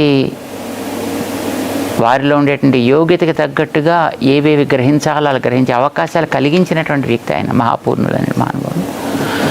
సో వారు చాలా అద్భుతమైనటువంటి సంస్కారం కలిగినటువంటి మహనీయులైన, తమతో పాటు తమ గురువుగారి దగ్గర అనుగ్రహం పొందిన వ్యక్తి కనుక ఇతను చనిపోతూ, అయ్యా గురువుగారు సంస్కారం చేసినటువంటి దేహం ఇది కనుక ఈ దేహాన్ని అసంస్కృతుల వ్యక్తుల చేతుల్లో పెట్టద్దు అని ఆయన కోరుకున్నాడు. అంటే తనకుండేటువంటి మిగతా వాళ్ళెవరు కూడా అలాగా ఈ మార్గంలో వాళ్ళెవరు రాలా. ఈ ప్రార్థన మహాపూర్ణుల దగ్గర చేసినప్పుడు మహాపూర్ణులు ఆ మారనేరి నంబి అని వారికి పేరు, వారి యొక్క చర్మ సంస్కారాన్ని వీరు చేశారు. అంటే వారికి చనిపోయిన తర్వాత జరపాల్సినటువంటి అగ్ని సంస్కారం అంతా కూడా మహాపూర్ణులు చేశారు. అంటే ఒక బ్రాహ్మణ పండితుడు ఒక హరిజనికి సంస్కారం చేశాడు. మరి ఆ రోజుల్లో, ఇది 1000 ఏళ్ల క్రితం మాట, ఇది ఈవేళ కాదు. ఎందుకంటే ఆ రోజుల్లో పద్ధతులు చాలా దారుణంగా ఉండేవి, కఠినంగా ఉండేవి. ఎంత కఠినంగా ఉండేవంటే ఏదైనా ఒక ఇలాంటి తగని పని చేస్తే, లేదు ఎవరైనా తమ హద్దులు దాటి ప్రవర్తిస్తే, తమకి చదవ తగవు అని చెప్పిన గ్రంథాల్లోకి ఎవరైనా చొరవ చేసి ప్రవేశిస్తే వాటిని ఉచ్చరిస్తే వాడి నాలుక తీసేయాలి, వింటే చెవిలో సీసం పోసేయాలి, అన్నంత దారుణంగా ఉండేవి. మరి అలాంటి రోజుల్లో నిప్పును కూడా కడిగి వాడేటటువంటి స్థితి ఉండే ఆ రోజుల్లో ఒక వైదిక బ్రాహ్మణుడు ఒక హరిజనుడికి అగ్ని సంస్కారం చేశాడు అని అంటే ఆవేళ ఉండేటువంటి సమాజం యొక్క తిరుగుబాటు ఎలా ఉంటుంది అనేది మనం ఊహించవచ్చును. ఇలా జరుగుతోంది అని తెలిసింది రామానుజాచార్యుల వారికి. వారు కూడా ఆ సమయంలో ఆ ఊళ్ళోనే ఉన్నారు, శ్రీరంగం అని ఆ ఊరి పేరు. ఇది తెలిసి వీరు అక్కడికి వెళ్ళారు. పెడితే ఇంకా అక్కడ ఉండేటువంటి వాళ్ళంతా కూడా, చూడబోయి నువ్వు గురువుగారు అంటున్నావు, వారు చేసిన పని చూడు ఎలా ఉందో, ఇదే చేసే పని, వీళ్ళందరినీ మేము వెలివేస్తాము అన్న తీరులో వాళ్ళంతా కూడా ఆయన మీదకి తిరుగుబాటు చేశారు. అప్పుడు రామానుజాచార్యుల వారు వారందరికీ కూడా అవగాహన కలిగించాలి కనుక ముందర వీరు వెళ్ళారు ఆ గురువుగారి దగ్గరికి. వారందరూ అట్లా అంటున్నారు కనుక మీరు ఈ పని చేశారంటే దాన్ని తప్పకుండా దీని వెనక అతను ఏదో కారణం ఉంటుంది, నేను తెలుసుకోవచ్చు అని అనుకుంటే నాకు అదేనా వివరిస్తారా అని అడిగారు. అప్పుడు ఆ మహనీయుడు చెప్పాడు, ఆయన రాముడు ఒక గద్దకి సంస్కారం చేశాడు, జటాయు. అది గ్రద్ద అనగానే శ్మశానాల్లో తిరుగుతూ ఉండేది, జంతువులని పీకి తింటూ ఉండేటటువంటి ఒక పక్షి, ఒక వల్చర్. అలాంటి దానికి ఆచార ప్రధానుడు అని పేరు పొందినటువంటి వంశం ఇక్ష్వాకు వంశం. ఆ వంశంలో వాళ్ళకి శిరోభూషణంగా పుట్టినవాడు ఈయన. రాముడంతటి వాడు ఈ పని చేశాడు కదా, నేను రాముడి కంటే గొప్పవాడిని అయితే కాదు. ఇక ఆ మహనీయుడు గద్ద కంటే తక్కువవాడు కాదు, ఇక్కడ మనిషి కదా, కనీసం మనిషే కాదు భక్తుడు కదా, భక్తుడే కాదు మా గురువు గారి దగ్గర సంస్కారం పొందిన వ్యక్తి కదా. అంచేత ఆయన గద్ద కంటే తక్కువ కాదు, నేను రాముడి కంటే ఎక్కువ కాదు అన్నారు ఆయన. ఇది ఒక అద్భుతమైనటువంటి ప్రేరణ రామానుజుల వారికి. సరే, ఆ ఊళ్ళో ఉండే వాళ్ళందరినీ కూడా వారు సముదాయించారు, వాళ్ళందరికీ కూడా విషయాన్ని తెలియజేశారు, వాళ్ళందరినీ తర్వాత ఊరుకోబెట్టారు. తర్వాత వీరి వైభవం తగ్గట్టుగానే వారిని చూశారనుకోండి. రామానుజుల వారికి అక్కడి నుంచి ప్రేరణ కలిగింది. మనం చేసేటటువంటి ఏ పనైనా సమాజానికి హితం కావాలి, దైవం వైపు నడిపించగలిగేది కావాలి, మనిషిలో ఉండేటటువంటి ఉద్రేకాలని తగ్గించగలిగింది కావాలి, సమాజానికి ఆరోగ్యాన్ని ఇచ్చేది కావాలి. అలాంటివి ఏవైతే అది మనం చేయతగును. ఇది రామానుజుల వారు చేసిన పని. ఒక్కొక్క రంగంలోకి ఒక్కొక్క రకమైనటువంటి కార్యక్రమాలు చేశారు వారు. ఆరోగ్యాన్ని కలిగించే కార్యక్రమాలు చేశారు, ఆహారాలు ఎలా ఉండాలి అనే విషయాన్ని ఆలయాల్లో తయారు చేసే ప్రసాదాల్లోకి ఇమిడ్చి. ఎప్పుడైనా వైష్ణవాలయాల్లోకి పెడితే వైష్ణవాలయాల్లో ప్రధానంగా ఉండేది ప్రసాదాలే. మరి రకరకాల అందరికీ తెలిసిన ప్రసాదాలు అయితే పొంగలి, దధ్యోజనం, పులిహోర తెలుసును, చక్కెర పొంగలి. కానీ అక్కడ చేసేటటువంటి ఆహార పదార్థాల్లో లేదు, అక్కడ చేసే ప్రసాదాల్లో ఆరోగ్యాన్ని సామాజికమైనటువంటి రీతిలో దృష్టిలో పెట్టుకుని వాటిని అక్కడ ప్రవేశపెట్టారు. ఆలయ వ్యవస్థ అంతటికీ కూడా రూపకల్పన చేసినటువంటి మహనీయులు రామానుజాచార్యుల వారే. ఒక్క వైష్ణవాలయాలకే కాదు, అన్ని రకాల ఆలయాలకి కూడాను. దీనికి కూడా వెనకాతల ప్రేరణ ఆళ్వార్లని మహానుభావులు కొందరున్నారు. ఒక 12 అంటారు వాళ్ళని. వాళ్ళు వివిధ కాలాల్లో వివిధ ప్రాంతాల్లో ఉన్న వాళ్ళైనప్పటికీ కూడా వాళ్ళ యొక్క ఆలోచన ధారంతా కూడా ఒకే క్రమంలో సాగింది. వాళ్ళు తమ జీవితాల్లో తమ యొక్క సందేశాల్లో కూడా అద్భుతమైనటువంటి ఈ సమతా సిద్ధాంతానికి వారు చక్కటి పోషణ కలిగించారు. ఇందాక ఇప్పుడు నాగేశ్వర గారు చెప్పారు కదా, ప్రొఫెసర్ గారు, ముగ్గురు ఒక చోట కలిశారు, ఒకళ్ళు పడుకునే చోట ఇద్దరు కూర్చోవచ్చు, ఇద్దరు కూర్చునే చోట ముగ్గురు నించోవచ్చు అనే యాక్సెప్టబిలిటీ అండ్ అకామిడేటివిటీ, ఇలాంటి లక్షణాలు చూపించిన వాళ్ళు ఆళ్వార్లలో మొదటి ఆళ్వార్లు అని పేరు ఉన్నటువంటి ముగ్గురు ఆళ్వార్లు అన్నమాట. వాళ్ళు కూడా ఆళ్వార్లే. ఈ సంప్రదాయంలోనే వాళ్ళు ఆద్యులు అంటారు వాళ్ళు. సో ఆ 12 ఆళ్వార్లు ఇట్లాంటి సందేశాన్ని తమ జీవితాల్లో వారు పాటించి చూపించారు. వ్యక్తిని ఎప్పుడు ద్వేషించకూడదు. వ్యక్తిలో ఒకవేళ లోపం ఉంటే లోపాన్ని ద్వేషించాలి. వ్యక్తిని కాదు దండించాల్సింది, వ్యక్తి యొక్క దోష గుణాన్ని దండించాలి. ఇది ఆళ్వార్లలో ఒక ఆమె అయినటువంటి గోదాదేవి చెప్పింది ఈ మాట మొట్టమొదట.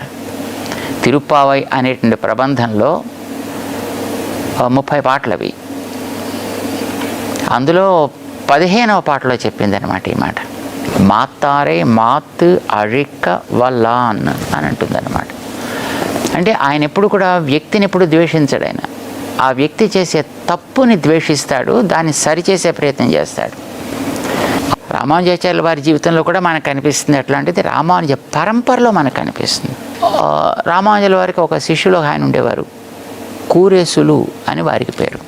రామానుజాచార్యుల వారి విషయంలో ద్వేషం పెంచుకొని ఒక రాజు ఆ రోజుల్లో ఉండేవారు. ఆయన రామానుజుల వారిని లేకుండా చేసేద్దాం అని తన సైన్యాన్ని పంపించి ఆయన బంధించి తీసుకురమ్మన్నాడు. ఈ విషయం తెలిసి రామానుజుల వారిని మనం ప్రొటెక్ట్ చేసుకోవాలి అని ఈ కూరేసులని ఆయన రామానుజుల వారిలాగా కాషాయం కట్టుకుని దండం పట్టుకుని నేనే రామానుజుల వారిని అని ఈయన వెళ్ళాడు అక్కడికి.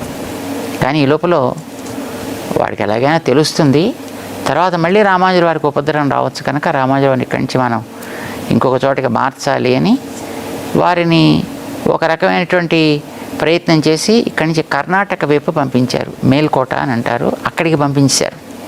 ఈయన వెళ్ళి ఆ రాజ్యసభకి వెళ్ళాడు.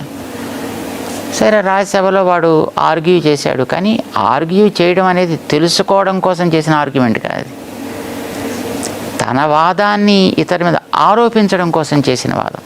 2 రకాలుగా ఉంటాయి కదా వాదాలు, జిజ్ఞాసువాదం, జిగీషువాదం అని 2 ఉంటాయి.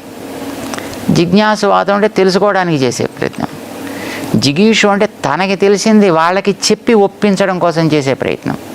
ఆ రాజు అలాంటి వాడు. ఈయన చాలా చెప్పారు, ప్రమాణాలు చూపించారు, ఉదాహరణలు చూపించారు ఇతిహాసాల్లోంచి. కానీ వాడు ఒప్పుకోలే. చివరికి వాడు చేసిన పని ఏంటంటే ఈ వెళ్ళినటువంటి మహనీయులకి కళ్ళు పొడిపించేశాడు. 2 వెళ్ళారు, రామానుజుల వారి గురువు గారు, మహాపూర్ణులు ఇందాక చెప్పానే ఆయన, ప్లస్ ఈ కూరేసులు అనే 2 కూడా వెళ్ళారు అక్కడికి. సరే, ఆయన కళ్ళు పొడిపించాడు. ఒక ఆయన ఇలాంటి వాళ్ళని చూసి మళ్ళీ లోకాన్ని చూడడం ఇష్టం లేదు అని వారే కాళ్ళు తీసేసుకున్నారు. కానీ తర్వాత కాలంలో, అంటే సుమారుగా ఒక 20 ఏళ్ల కాలం అయిన తర్వాత వాడు ఆ రాజు అంత దుష్టుడిగా ప్రవర్తించడానికి వెనకాతల ఒక ప్రేరణ కూడా ఉంది. ఎవరో ఒక ఆయన వెనకాతలుండి వాడిని ఆ రకంగా ప్రేరేపించారు. వాడి పేరు నాలూరాన్ అని అంటారు. రామానుజాచార్యుల వారు మళ్ళీ మేలుకోట నుంచి తిరిగి వచ్చిన తర్వాత ఈ కూరేసులకి ఇలాంటి ఉపద్రవం జరిగింది అని తెలిసి వారిని చూసి వారిని ఏమంటే మీరు చాలా భక్తులు కదా, భగవంతుడిని ప్రార్థన చేస్తే భగవంతుడు మీకు మళ్ళీ తప్పకుండా కళ్ళు ఇస్తాడు, సో మీరు చెయ్యండి, నేను మిమ్మల్ని ప్రార్థన చేస్తున్నాను. ఈయన ప్రార్థన చేసినప్పుడు అక్కడ ఉండే మహనీయుడు, స్వామి మీరు ఏం కోరుకుంటున్నారు? మామూలుగా ఎవరైనా ఏం కోరుతారు ఇలాంటి దశలో? నాకు కళ్ళు తీసేసినటువంటి ఆ రాజుకు కానీ, లేదు మా గురువు గారికి ఇంత ఉపద్రవం రావడానికి కారణమైనటువంటి ఆ నాలూరాన్ నరకాల పాలైపోగాక ఇలాంటివి కోరుతారు.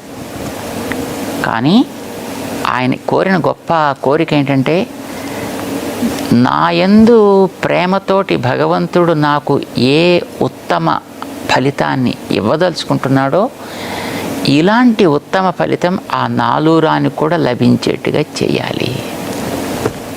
ఎవరన్నా కోరుతారండి? సో తప్పు చేసిన వాళ్ళు కూడా మార్పు రావాలి, వాడు కూడా మంచి మార్గాన్ని పట్టాలి. ఇది మనకి వేదాలు నేర్పాయి. ఇప్పుడు మన వాళ్ళు ప్రతిరోజు పూజ పునస్కారాలు చేసినప్పుడు చివర లోకాః సమస్తాః సుఖినో భవంతు అని ఒక శ్లోకం చదువుతారు. దాది ఎంత ఉదాత్తమైనటువంటి భావన అంటే, లోకంలో మంచివాళ్ళు ఉంటారు, చెడ్డవాళ్ళు కూడా ఉంటారు. చెడ్డవాళ్ళు అనేది నిజానికి అది ఒక జాతి కాదు. అది బుద్ధి ఎప్పుడైతే చెడుతుందో వాళ్ళే మన చెడ్డవాళ్ళు అంటాం కదా. వ్యక్తులు బై బర్త్ ఎవడు చెడ్డవాడు కాదు. అందుకనే రాక్షసులు కూడా చెడ్డవాళ్ళు కాదంటారు మన వాళ్ళు. ఎందుకంటే విభీషణుడు రాక్షసుడే, రావణాసుడు తమ్ముడే కదా, కానీ ఆయన మంచోడు. ప్రహ్లాదుడు కూడా రాక్షసుడే, హిరణ్యకశిపుడు కొడుకే కదా, కానీ ప్రహ్లాదుడు మన భక్తుల్లో నెంబర్ 1 తయారు చేసుకున్నాం. భక్తుల పేర్లు చెప్పాలంటే ప్రహ్లాద, నారద, పరాశర, పుండరీక వీళ్ళంతా తర్వాతే వస్తారు. మొట్టమొదటి స్థానం ఆక్రమించేది ప్రహ్లాదుడు. మరి రాక్షసుడు కదా. అంటే by birth no one becomes bad, but when the thought process has been corrupted, then anybody becomes bad. So ఎంత చెడ్డవాడైనప్పటికీ కూడా వాడికి మంచి అవకాశాలు కలిగి దాన్ని వాడు వాడుకుని తనలో ఉండేటువంటి చెడు ఆలోచనల్ని కడుక్కొని వాడు సన్మార్గంలోకి వచ్చి మనతో పాటు వాడు కూడా సాగాలి జీవనంలో. ఎందుకంటే మనం అందరం నిజానికి ఒకే దేవుడి సంతానం. దేవుడు ఎప్పుడు కూడా తన సంతానంలో తారతమ్యాలు చూడడు, ఏ తండ్రి తల్లి చూడరు. తన పిల్లల్లో ఒకడు చాలా చెడిపోయిన ఆలోచనలు, ఒకడు మంచి ఆలోచనలు ఉన్నప్పటికీ కూడా తల్లి తండ్రి ఇద్దరిని సమానంగానే ప్రేమిస్తారు. ఆ పిల్లవాడు కూడా మనసు మారి వాడు మంచిగా ఉంటే బాగుండని కోరుకుంటారు. ఆఫ్టర్ ఆల్ ప్రపంచంలో ఉండే ఒక 2 పిల్లలు 3 పిల్లలు కలిగిన తల్లిదండ్రులు ఇలాంటి కోరికతో ఉంటే మరి ఇంత జీవజాతిని తన సంతానం కలిగిన భగవంతుడికి ఎంత గొప్ప కోరిక ఉంటుంది. So definitely he has no partiality. ఎవరి మీద భగవంతుడికి నిర్దయ కానీ పక్షపాతం కానీ ఉండవు అనే వేదాలు చెప్పాయి, బ్రహ్మసూత్రాలు చెప్పాయి, ఋషులందరూ కూడా దాన్ని చెప్పారు. వైషమ్య నైర్ఘృణ్యే నా, ఇవి ఎప్పుడు భగవంతుడిలో ఉండవు అని చెప్పారు. భగవంతుడు అందరినీ సమానంగా చూస్తాడు. మరి మనం కూడా ఆ భగవంతుడి యొక్క సంతానం అయినప్పుడు భగవంతుడు ప్రేమించే సంతానాన్ని నేను ద్వేషిస్తున్నానంటే అది భగవంతుడికి ఎట్లా ఆనందాన్ని ఇస్తుంది, నాకు భగవంతుడి ప్రేమ ఉన్నట్టు ఎట్లా అవుతుంది? సో ఎవరిని నువ్వు ద్వేషించాల్సిన అవసరం లేదు, అలాంటి తప్పు చేసేవాడిని నువ్వు ప్రోత్సహించాల్సిన అవసరం కూడా లేదు. ఎవడైతే తప్పు చేస్తున్నాడో వాళ్ళలో ఉండేటువంటి తప్పుని ద్వేషించు, దాన్ని సరిచేసే ప్రయత్నం చేయి.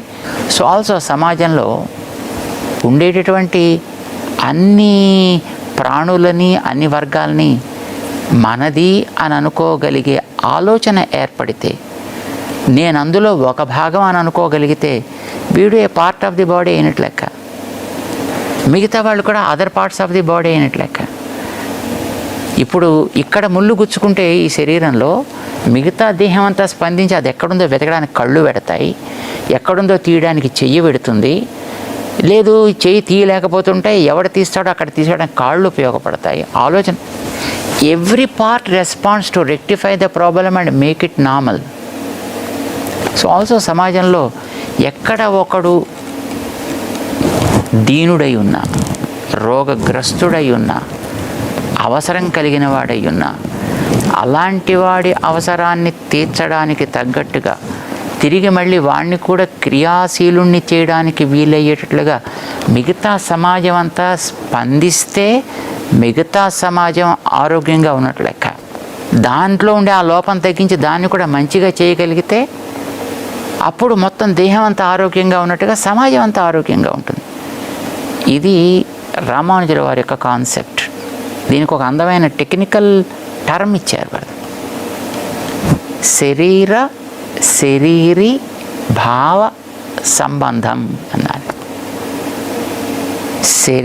శరీరి భావ సంబంధం అంటే మన చుట్టూ ఉండే ప్రపంచానికి భగవంతుడికి మనకి ఉండే సంబంధం ఏమిటి అంటే శరీరి భావ సంబంధం. ఎంత మొత్తం శరీరం ఆయన శరీరి, నువ్వో భాగం నేనో భాగం, అందులో ఈ కనిపించేవన్నీ అందులో భాగాలే. మరి ఇప్పుడు ఈ భాగాలన్నీ కరెక్ట్గా ఉంటే కదా నేను బాగుండేది. అంచేత నేను బాగుండాలి అనే కోరిక నీకు కలిగితే నీ బాగు కోసం పక్కవాడు ఏమైపోయినా పర్వాలేదు అనుకోవడం కాదే చేయవలసింది, వాడిని బాగు చేయడం ప్రారంభించు. వాడిని ఆరోగ్యంగా ఉంచు. వాడు ఆరోగ్యంగా ఉంటే నువ్వు ఆరోగ్యంగా ఉంటావు. ఇది లోకా సమస్త సుఖినో భవంతికి తాత్పర్యం. ప్రపంచమంతా మాధవ రూపం అయితే మాధవ సేవగా సర్వప్రాణి సేవ చేయాలి. It should be other way round. దాన్ని మనం మార్పు చేసి అర్థం చేసుకునే ప్రయత్నం చేయాలి. ఇప్పుడు నువ్వు ఒక ఆకును చూసి చెట్టునంతటి నాశనం చేస్తున్నావు. Don't miss the tree for the sake of a leaf. So మానవుడు అనేది ఆ పెద్ద దేహంలో ఒక చిన్న పార్ట్ మాత్రమే. ఒక్కొక్కసారి పార్ట్ ప్రమాదిస్తే శరీర రక్షణ కోసం పార్ట్ని తీసేయాల్సి వస్తుంది. యాంపిటేట్ చేస్తారు కదా, then only the body will be saved. అంచేత మానవ సేవ ఏ మాధవ సేవ కాదు, ఈ ప్రపంచం అంతా మాధవ రూపం. చేత నువ్వు పశువుకి గడ్డి పెట్టు, నేలని వ్యవసాయం మంచిగా చేయి, కెమికల్స్ ఫ్రీ చేయి, నీళ్ళని పొల్యూషన్ ఫ్రీ చేయి, ఎయిర్ని కంటామినేషన్ ఫ్రీ చేయి, మనిషిని మంచి వ్యక్తిగా తీర్చిదిద్దు, సుగుణాల రాశిగా తయారు చేయి. Do every kind of activity. కానీ ఆ చేసేది వాడిని ఏదో నేను ఉద్ధరిస్తున్నానని అనుకోకుండా ఆ రూపంలో ఉండే మాధవుడికి నేను సేవ చేస్తున్నాను. మాధవ సేవ. నువ్వు ఏది చేసినా మాధవ సేవ అనుకుంటూ చెయ్యి. అంచేత మా స్లోగన్ ఏంటంటే మానవ సేవయే మాధవ సేవ కాదు ప్రొఫెసర్ గారు, మాధవ సేవగా సర్వప్రాణి సేవ. ఇక్కడ మనం చేయాల్సింది ఈ ప్రపంచంలోనే. ఎక్కడికో వెళ్ళి వైకుంఠానికి వెళ్ళిపోయి ఎక్కడదో చేస్తాను అనకూడదు, ఎక్కడ గుళ్ళు కూర్చునేదో చేస్తాను అనుకోకూడదు.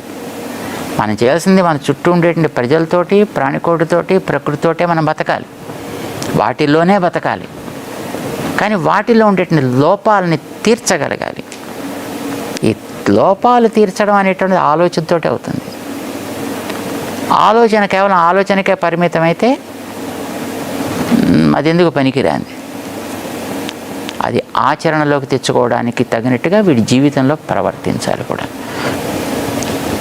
వెరీ సింపుల్ రీజన్, నువ్వు నావాడివి కాదు, వీడు నావాడు.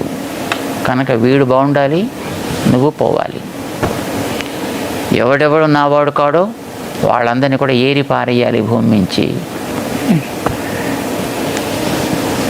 ఇది ఎప్పుడు పోతుంది? నావాడు అన్నప్పుడు వాడు ఎందుకు పనికిరాని చవటైనప్పటికీ కూడా వాడి కోసం నేను ఎన్నో చేస్తా. నావాడు కాదు అని అనుకున్నప్పుడు వాడిలో ఎన్ని రకాల మెరిట్స్ ఉన్నప్పటికీ కూడా వాటిని నేను చూడను, వాటిని నాశనం చేస్తా, వాటికి నామరూపాలు లేకుండా చేస్తా.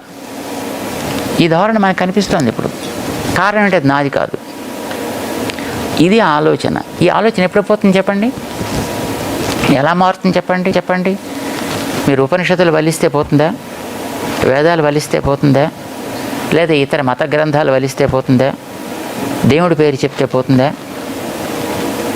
ఈ ఆలోచనలో మార్పు రావాలంటే ఒకటే నా అనే భావన రావాలి. నా అని అనుకోవాలి. నా ఏదైతే దాన్ని నేను జాగ్రత్తగా అట్టే పెట్టుకుంటాను, ఏది నాది కాదో దాన్ని నేను తీసేస్తాను. ఈ నా అనేటటువంటి భావన మనలో ఏర్పడాలి. ఎక్కడ దాకా? ఎంత పరిధిలో?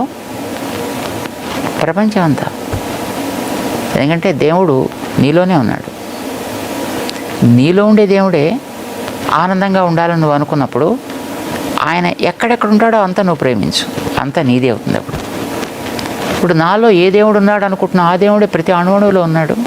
ఇందాక మేము చెప్పాం కదా, వేదం అదే మాట చెప్పిందా?